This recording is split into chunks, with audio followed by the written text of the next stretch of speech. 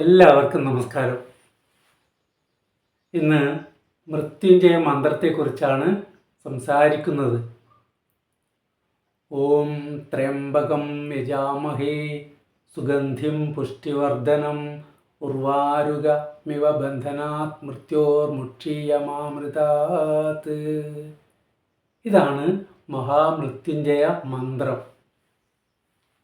മൃത്യുഞ്ജയ മന്ത്രം ജപിച്ചതുകൊണ്ട് ആരും മരിക്കാതിരിക്കില്ല. അല്ലെങ്കിൽ മൃത്യുഞ്ജയ മന്ത്രം ജപിച്ചതുകൊണ്ടോ മൃത്യുഞ്ജയ ഹോമം നടത്തിയതുകൊണ്ടോ ആരും മരിക്കില്ല എന്ന് ഇതുവരെ ഒരു ആചാര്യനും പറഞ്ഞിട്ടില്ല.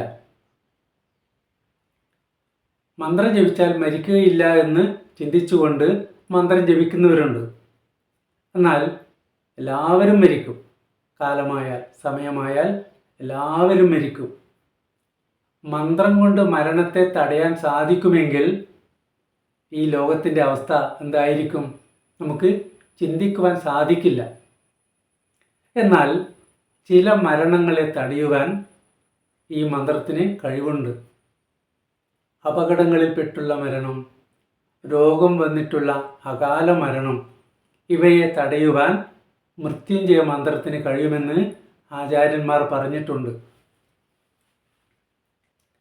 ചെറുപ്പക്കാരായ ആളുകൾക്ക് രോഗം വരികയും ചികിത്സ കൊണ്ട് രോഗം മാറാതിരിക്കുകയും ചെയ്യുമ്പോൾ അദ്ദേഹത്തിൻ്റെ ജാതകം നോക്കുകയും ഏത് ഗ്രഹമാണ് പിഴച്ചിരിക്കുന്നത് എന്ന് മനസ്സിലാക്കുകയും ആ ഗ്രഹം പിഴച്ചാലുള്ള രോഗത്തിനുള്ള ചികിത്സ നടത്തുകയും അതോടൊപ്പം തന്നെ മൃത്യുഞ്ജയ മന്ത്രം ജപിക്കുവാനും വീരസിംഹ മഹർഷി ഉപദേശിക്കുന്നു.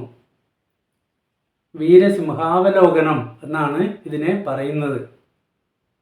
ഇതാണ് ഇതിൻ്റെ ഒരു പ്രായോഗികമായ തലം എന്ന് നാം അറിയണം. അതേപോലെ ഈ മൃത്യുഞ്ജയ മന്ത്രം എന്തിനാണ് ജപിക്കുന്നത്, എന്താണ് ഇതിൻ്റെ അർത്ഥം എന്ന് നോക്കാം. ഓം ത്രയംബകം യജാമഹേ. എല്ലാ മന്ത്രങ്ങളുടെ ആദിയിലും ഓങ്കാരം ചേർക്കുന്നു. ഓങ്കാരം ചേർക്കുമ്പോൾ മന്ത്രത്തിന് നല്ല ശക്തി ഉണ്ടാകും എന്നാണ് പറയുന്നത്. അതുകൊണ്ടാണ് ഓരോ മന്ത്രത്തിൻ്റെ ആദിയിലും ഓങ്കാരം ചേർക്കുന്നത്. അമ്പകം എന്ന് പറഞ്ഞാൽ കണ്ണ്, ത്രയംബകം 3 കണ്ണ്.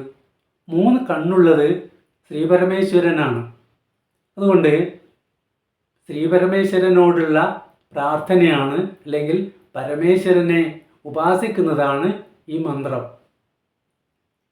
ശ്രീപരമേശ്വര, അങ്ങയെ ഞാൻ യജിക്കുന്നു, ഉപാസിക്കുന്നു. എന്തിനു വേണ്ടി? സുഗന്ധിം പുഷ്ടിവർദ്ധനം, ജീവിതത്തിൻ്റെ സുഗന്ധത്തിൻ്റെ പുഷ്ടിക്ക് വേണ്ടി. ജീവിതത്തിൻ്റെ സുഗന്ധം എന്നതുകൊണ്ട് ഉദ്ദേശിക്കുന്നത് സന്തോഷമാണ്, ആനന്ദമാണ്. ഈ ആനന്ദത്തിൻ്റെ പരിപൂർണതയ്ക്ക് വേണ്ടി ഞാൻ അങ്ങയെ ഉപാസിക്കുന്നു. ഉർവാരുകമിവ ബന്ധനാത് മൃത്യോർമുക്ഷീയമാമൃത. ഈ വരിയിൽ ഈ മന്ത്രത്തിൻ്റെ സാരാംശം പൂർണ്ണമായും അടങ്ങിയിരിക്കുന്നുണ്ട്.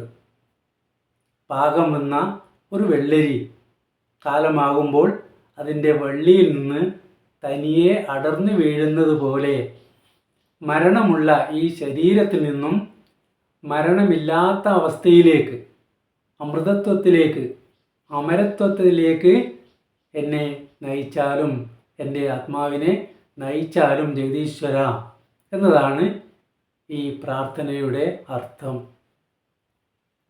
ആവർത്തിച്ചുള്ള പുനർജനി, അതിൽ നിന്നുള്ള മോചനം ഏതൊരു മനുഷ്യനെ സംബന്ധിച്ചും, അല്ലെങ്കിൽ മനുഷ്യ ജീവിതത്തിൻ്റെ ആത്യന്തികമായ ലക്ഷ്യം എന്ന് പറയുന്നത് ഈ ജനന മരണ ചക്രത്തിൽ നിന്നുള്ള മോചനമാണ്.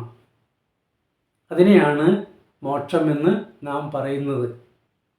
ഈ മന്ത്രജപത്തിലൂടെ, ശ്രീപരമേശ്വരൻ്റെ അനുഗ്രഹത്തിലൂടെ ശാശ്വതമായ പരമമായ ശാന്തി, ആത്മശാന്തി, അല്ലെങ്കിൽ പ്രപഞ്ച ചൈതന്യത്തിൽ എത്തിച്ചേരുവാനുള്ള ഒരു കഴിവ്,